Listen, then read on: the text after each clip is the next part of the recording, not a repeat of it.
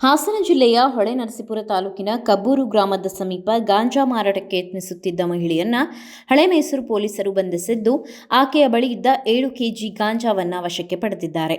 ಪ್ರಕರಣಕ್ಕೆ ಸಂಬಂಧಿಸಿದ ಮತ್ತೊಬ್ಬ ಆರೋಪಿ ಸ್ಥಳದಿಂದ ಪರಾರಿಯಾಗಿದ್ದು, ಆತನಿಗಾಗಿ ಪೊಲೀಸರು ಶೋಧ ಕಾರ್ಯ ಮುಂದುವರೆಸಿದ್ದಾರೆ. ಬಂಧಿತೆಯನ್ನ ಮೈಸೂರು ಜಿಲ್ಲೆಯ ಕೆಆರ್ ನಗರ ತಾಲೂಕಿನ ಮೇಲೂರು ಗ್ರಾಮದ ನಿವಾಸಿ ಶೀಲಾ ಎಂದು ಗುರುತಿಸಲಾಗಿದೆ. ಪೊಲೀಸರಿಗೆ ದೊರೆತ ಖಚಿತ ಮಾಹಿತಿಯ ಆಧಾರದಲ್ಲಿ ಕಬ್ಬೂರು ಗ್ರಾಮದ ಸಮೀಪ ದಾಳಿ ನಡೆಸಲಾಗಿತ್ತು.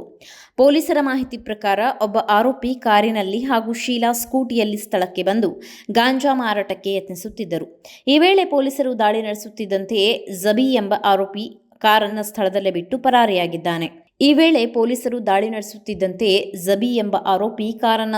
ಬಿಟ್ಟು ಪರಾರಿಯಾಗಿದ್ದಾನೆ.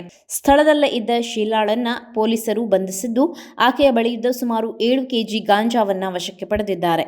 ಅಲ್ಲದೆ ಗಾಂಜಾ ಸಾಗಾಟಕ್ಕೆ ಬಳಸಲಾಗಿದ್ದ ಸ್ಕೂಟಿ ಹಾಗೂ ಕಾರನ್ನು ಜಪ್ತಿ ಮಾಡಿದ್ದಾರೆ. ಪ್ರಕರಣ ಸಂಬಂಧ ಹಳೆಮೈಸೂರು ಪೊಲೀಸ್ ಠಾಣೆಯಲ್ಲಿ ಪ್ರಕರಣ ದಾಖಲಾಗಿದ್ದು, ಪರಾರಿಯಾಗಿರುವ ಆರೋಪಿ ಜಬಿ ಬಂಧನಕ್ಕಾಗಿ ಪೊಲೀಸರು ವಿಶೇಷ ತಂಡ ರಚಿಸಿ ಕಾರ್ಯ ಮುಂದುವರೆಸಿದ್ದಾರೆ. ಗಾಂಜಾ ಸಾಗಾಟದ ಜಾಲದ ಬಗ್ಗೆ ಪೊಲೀಸರು ಹೆಚ್ಚಿನ ತನಿಖೆ ನಡೆಸುತ್ತಿದ್ದಾರೆ.